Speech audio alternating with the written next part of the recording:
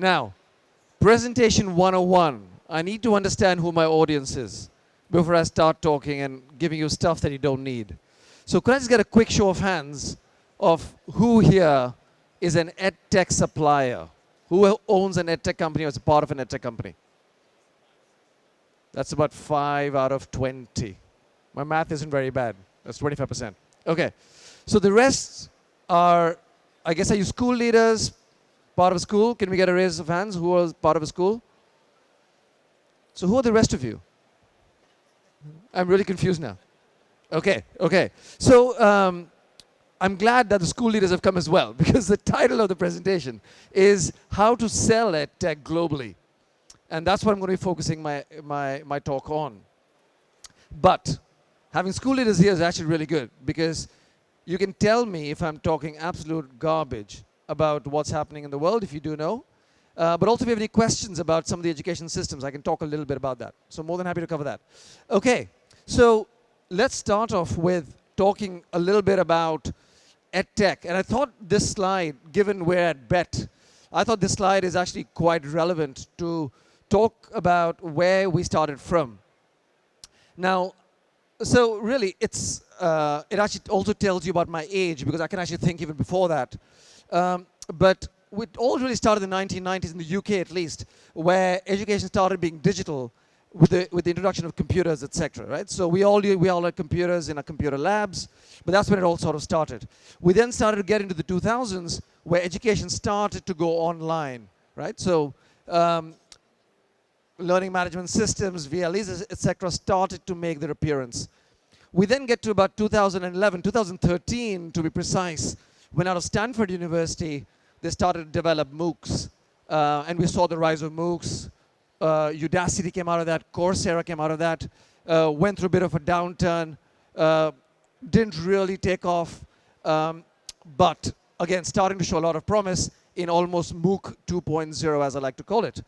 And then we get to it today, where, you know, I came to Bett first time about 10 years ago, and it was largely full of hardware suppliers, right? You saw Smart, Promethean, lots of interactive boards.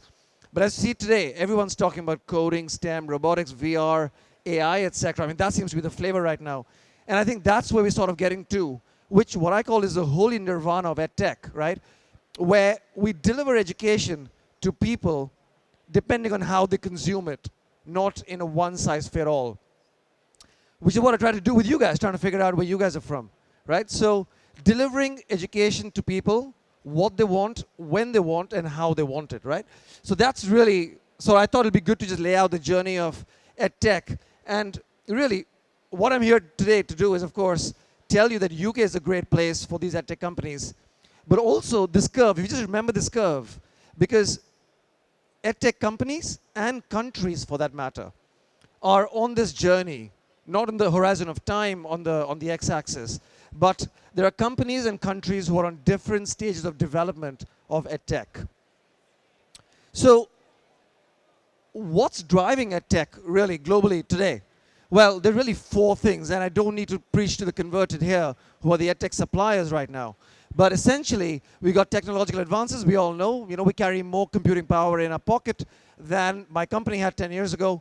But also a lot of investment. So I'm sure you would have seen, you know, there's a massive startup zone here. What's driving all that? And it's a thriving venture capital community that is funding the EdTech world. I'm sure my EdTech suppliers here are saying that's impossible. We don't get any funding. It's a difficult market. But we do know that globally, EdTech funding is increasing. Sometimes outside UK, but that is happening. And really, what else is happening? So, of course, you know, I was at a panel 3 days ago, and somebody asked me the question, and they said, why is EdTech increasing the gap between the rich and the poor? And we got a really philosophical debate, which I wasn't prepared for on a panel. So we had a beer later and we talked about it, which is a much more interesting way to do it. But as EdTech gets more prevalent, of course, the cost of manufacturing goes down, cost per unit goes down, and hopefully we can then get to a state where EdTech isn't actually dividing the rich and poor, but actually becomes more available to the masses. And then finally, there of course culture shift. We see internet penetration pretty much all across the world increasing, And what happens with increasing internet penetration is, of course, schools, universities, etc., are more open to education delivered through the internet, etc. Now, very quick spin of why UK, right? Very quickly. But let's start with education. And I mean, most of the people here already know this, but education is very close to, if UK were a person, to their heart, right? So education is, of course, big in this country. We have great universities which produce a great pool of talent. A lot of those people are now getting into technology, and of course, being with education background, EdTech, along with FinTech, of course, starts to get more and more traction. London is still the #1 city which attracts the most number of software developers. And this statistic always surprises me, but it's more than San Francisco. And I think that's quite a great statistic for London. We have, again, and I showed you on my left-hand side, the Bett futures, but London or UK has accelerators, incubators. So the ecosystem for funding, but also helping startups, is very, very rich in the UK.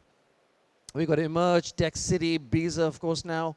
So if you've got a great idea, you can come to London, you can incubate your company, test it in the market. It is a very, very tough market in the UK to sell EdTech products. I was talking to some people earlier who want to sell in the UK, and it's a tough market, right? There are 32,000 schools, but very, very limited budget. Since the financial crisis, the schools have very little money to spend on discretionary spend, as most of you are well aware. But if you crack it in the UK, then it becomes easier. You got a good brand in the UK. It helps you export. It helps you get international. And of course, Bett. We're all here. It is one of the world's largest technology shows, which the UK hosts very proudly. Again, to showcase the fact that the world's best EdTech companies come to the UK. So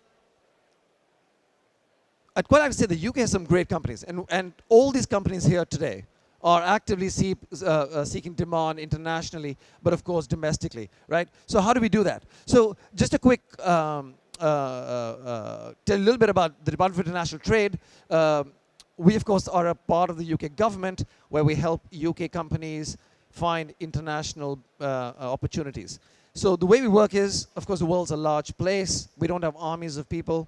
So we've identified certain priority campaigns, regions, as we call it, where we will focus our effort, where we have dedicated education people who will try and help UK businesses. Now, those are highlighted in red. It took me about 5 hours to color that. So I hope you appreciate it. Pause for effect. But it's very clear, and it's not surprising, right? But the markets for us are China, Hong Kong, the ASEAN region. You may say that's cheating because that's not a country, it's not even a region. Well, it's a region, I guess. Then we've got the Gulf, or Middle East, so Saudi and the rest of the Gulf, and then Brazil and Mexico and Latin America. Those are the markets where we are actively helping companies, where we know what's going on. Now, the first question that usually pops up is, why not US and why not Australia? The two biggest lucrative markets for EdTech. The reason we don't do that, although, of course, we have colleagues there, and we can talk about it, I can help you a little bit, is because traditionally the department's focused on more emerging economies, because the other markets are well-established markets. One of the words we use in the department, which does not exist in any dictionary, is a word called additionality, which my colleagues will, of course, appreciate. Additionality basically means where the government can play a role in helping companies. US and Australia are very well established. We have smaller role to play. I think we can still play a big role.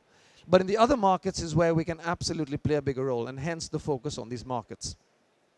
So what I'm hoping to do right now is cover off what we're seeing in some of these markets at a very high level.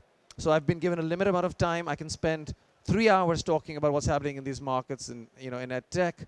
But the other hat I wear is international schools. So we help British international schools set up international campuses in these markets as well. So so what I'm hoping to do right now is just cover on EdTech, really at a very high level, what we're seeing in each of these markets. So let's talk about the biggest market that that we're certainly seeing demand from. And I bet you walk around this corridor and ask any tech company, what's your top market?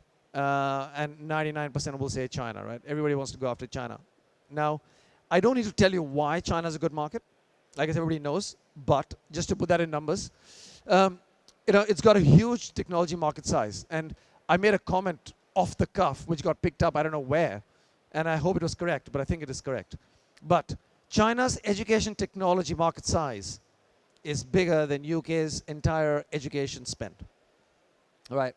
That's a big statement in itself, right? I mean, that's a big piece of the pie that we're going after.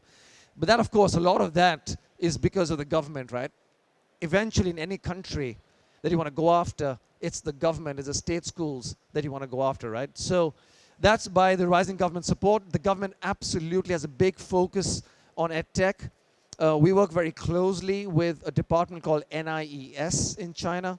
NIES is essentially the Chinese government's arm, which is responsible for handling education technology. So we work very closely with NIES. They've also set up something called future schools. So essentially there are schools all over China, which are sort of like pilot schools, which NIES manages. So if you've got a good product, of course, everybody wants to get into NIES, but it just shows that there is a lot of effort by the Chinese government to ensure that technology is a key part within their schools. Again, the whole investment PEVC, again, like any startup community, EdTech, like I was already talking about, the investment community is very important, as in China. And you can see that increase number of investments and total investments shoot up massively from 2014 and 15. And of course, internet penetration. When that number increased by 1%, 1% of a very large number is still a very large number. So you see increasing internet penetration, and we absolutely see that. So that is all charts, right? That is all charts. But when we go to China, and I've been to China twice this year now, focused on EdTech, you feel the demand, right? You go to a school and people are asking me, what's going on? What is happening in EdTech? The reason you don't see many Chinese customers here is because of Chinese New Year. Bad timing this year. But there is no doubt that in China, schools are looking for good educational technology products.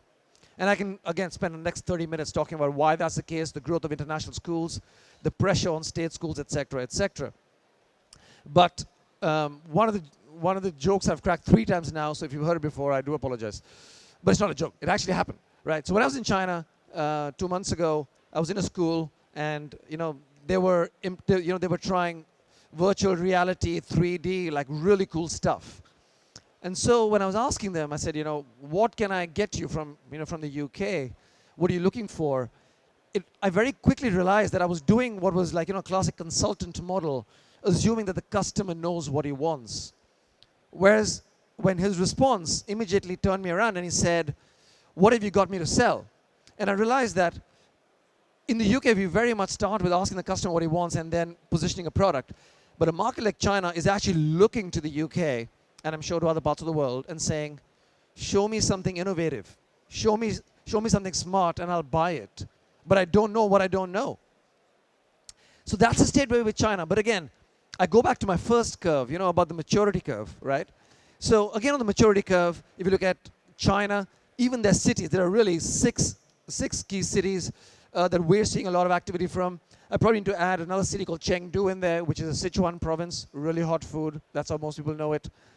But again, the cities in China are also on different stages of maturity, right? So Chongqing, etc., we're still talking a lot about putting infrastructure in, getting better internet, etc. Whereas we get to Shanghai, and those are the people who are having conversations with us about 3D. They're asking us about virtual reality. So I'm going to tell you something now which everybody will tell you. China isn't one market. You cannot have a national strategy, have a regional strategy, but those are the regions that we're seeing activity in. Those are regions that we're seeing that particular activity in those regions. So that's free market research for you. That will cost you £10,000 elsewhere. Okay, so I've added some value for you today, hopefully. So that's China. What's happening in ASEAN and Hong Kong? Hong Kong's an interesting market. We were there for a conference recently. it's a small market, right? It continues to be a small market. However, the Hong Kong government has actually invested in promoting educational technology. They've set aside 750 million over the next 15 years. So there is stuff happening in Hong Kong, but it remains a small market.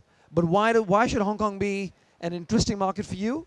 Because Hong Kong is right next to China again. And the south of China behaves very differently to other parts of China, as I'm sure most of you know. So Hong Kong has now become a good stepping stone into the south of China. You can actually, by the way, I did this last time, you can access Facebook and Twitter in south of China. That's how close South China is to Hong Kong, right?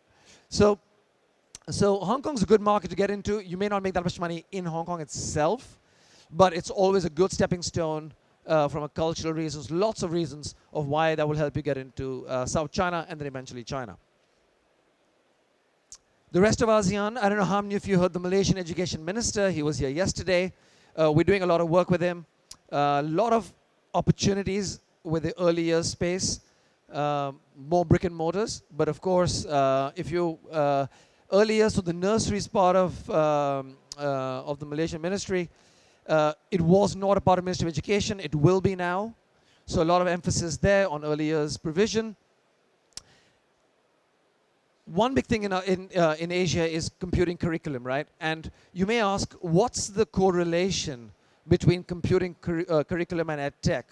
Well, I guess I'll leave you to figure that out, but that's pretty straightforward in my head, right? But Malaysia has announced that coding and computing curriculum will be mandated in all Malaysian schools from next year. That just means that, right? So children need to now study about coding. Guess what they're going to ask for? They're like, I can't be studying coding and studying on a blackboard and chalk, etc. Right? So demand for EdTech in the schools is going to increase as computing curriculum increases, right? So that's Malaysia, but connectivity remains an issue. We heard our Secretary of State, Justin Greening, talking about increase of broadband in the UK. But the scale we're talking is very different, right? We consider 1 megabyte per second slow, which it is slow. But when 1 meg in schools in Malaysia where there is no internet could be a big deal. But it's absolutely a priority for the Malaysian government to increase internet connectivity in Malaysia. But having said that, there are still opportunities in Kuala Lumpur and some of the bigger cities. And what we see is that it remains a market with a lot of promise. But again, a market where cost is a big issue, so low-cost digital solutions in Vietnam. The publishers still hold a lot of ground there, so if you've got digital solutions, partnering with the publishers is probably the right way to go. And then Thailand. Thailand's, again, a very interesting market. On my other hat, which I wear, which is schools front, we're seeing a lot of demand for private schools, international schools. That obviously then means if there are more international schools, there'll be demand for more EdTech products. But of course, a pressure on the state schools as well. So Thailand, what we're seeing again is good English and mathematics content demand in Thailand, and that will just increase. So I would look at these three markets. If I had to do it again, I'd probably just reverse the order. I'd probably do Malaysia, Thailand, and Vietnam in that order. But those are the markets that we're seeing activity in. Quickly on to Gulf. Gulf demand is usually driven by UAE, although Saudi is the big market there. In terms of EdTech, we really don't see very much happening. So, if you were to do the classic consultant model and say, let me go into Middle East, which is the biggest country in Middle East? Saudi Arabia, a lot of people, let me go after that. You could do that. I just wouldn't do that, right? UAE, the growth in international schools over the last 3, 4, 5 years, we now have, again, a statistic I quote a lot. There are more international schools in Dubai, in UAE, than in China today. What do these, and that demand isn't going away, right? So you'll see those schools, you'll see the tier 2 schools coming in. The demand for schools isn't going to go away. They need EdTech, and EdTech currently is still at a very, very early stage in UAE.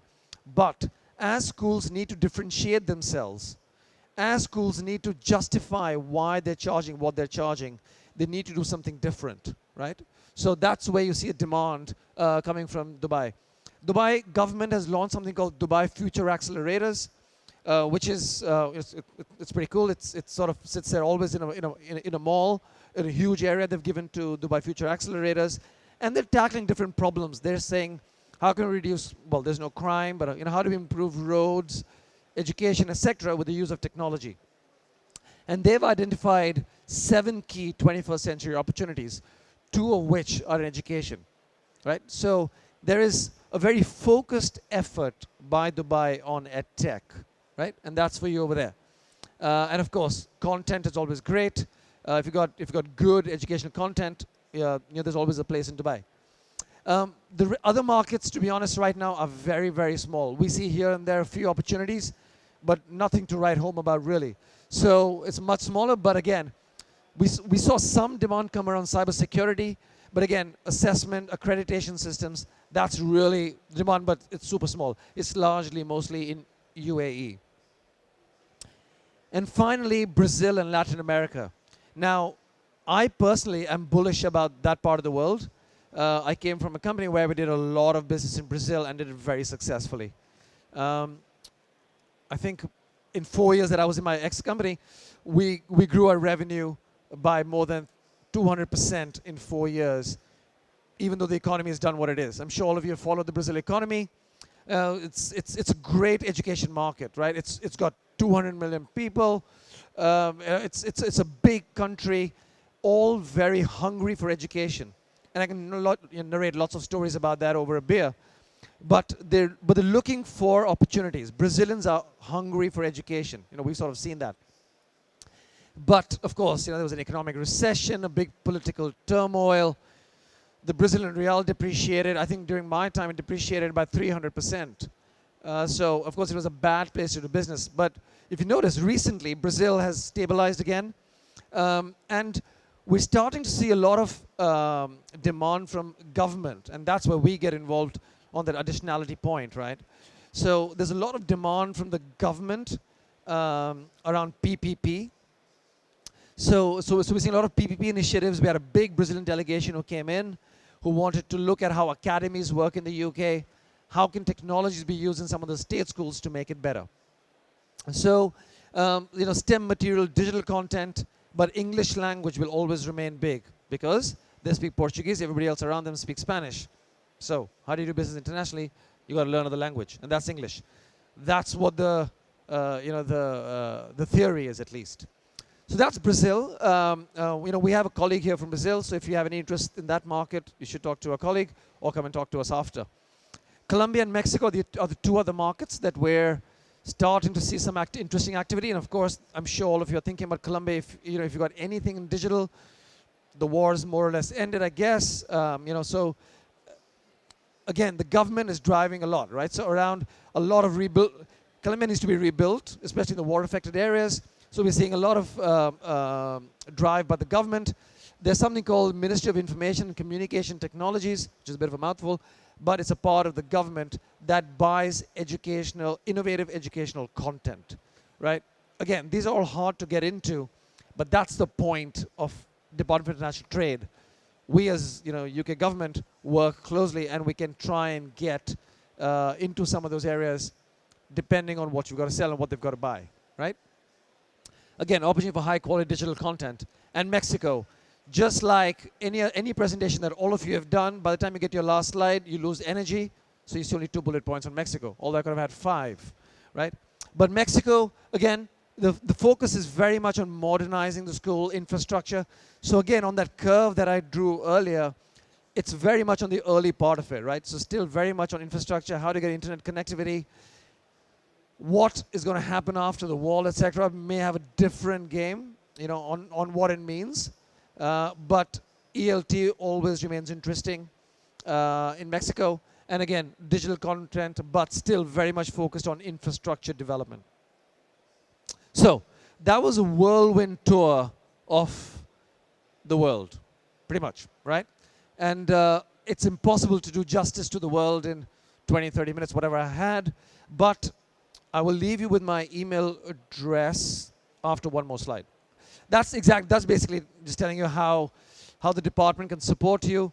We give you information, with introductions if possible, and of course, advice on how to do business in some of these markets, because we have people in each of those regions who have local knowledge, right? So what I'm going to do is I'm going to leave you with my email address, and if you have any more questions around any of those markets, feel free to get in touch. I can't promise how quickly I get back to you, but I will. And what I'll do very quickly is, if you got interest in any particular market, make introductions to my able colleagues in those markets and then pass you on.